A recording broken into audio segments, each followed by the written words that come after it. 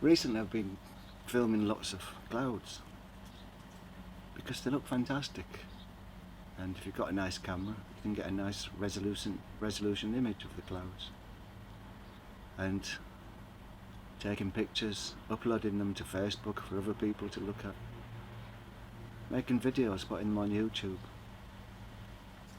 But I'm wondering if it's an absolute absurd thing to do. I put up a cloud video the other day, and one of the viewers put on a comment that he wished he had a screen as big as his living room to watch the cloud video on. And I was thinking, unless you're disabled or in a prison or something, you can just go outside and look in the sky, and there you have the highest resolution screen in the world, and it's live view too. But we've become addicted to putting images on the computer for other people to look at, and everyone gets excited about high definition, 4K, 8K, always more resolution, and the monitors started off small and now they're getting bigger, but they're still just a piece of plastic screen lit up from behind, and you sit watching it in a darkened room, and it's got absolutely no connection to reality. It's a very, very poor relation to reality, but still we can say that picture looks wonderful, that video looks so clear.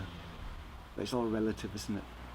It's still just a few pixels on a little screen, and no matter how big the resolution is, it's still paltry compared to reality.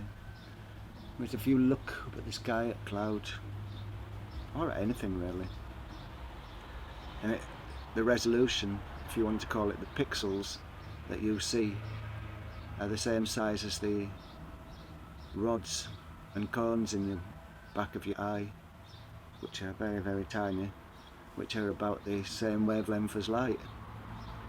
So we're talking about nanometers big, and that's the resolution that you've got in your eye. It goes right down to the wavelength of light, and if it went any smaller then it wouldn't see the light because it would be on a different wavelength then.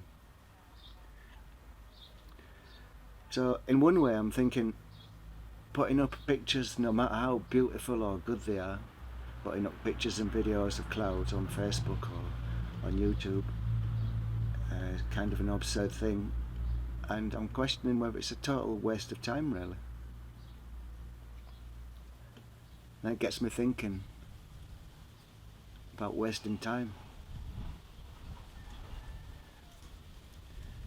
You know, the scientists and experts always say the thing is that made humans different from animals was the opposing thumb, which allowed us to get hold of things and make things with our skillful hands. But I'm wondering if the little catalyst that made us into what we are, this strange, reasoning, thinking beings, was not the opposable thumb, but perhaps taking time out to watch clouds. And I imagine a creature, an advanced monkey, laying in a field somewhere looking up at the clouds, and for the first time the monkey sees a face in the cloud. Perhaps he sees a face of his mother or his brother, and then he realised he could project his thoughts up into the clouds. He was seeing things in the clouds which were not in his brain. It was making his imagination work. And the idea always comes before the action.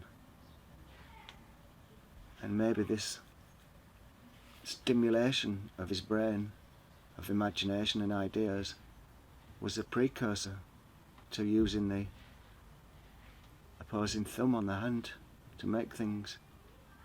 And maybe just looking at clouds was one of the things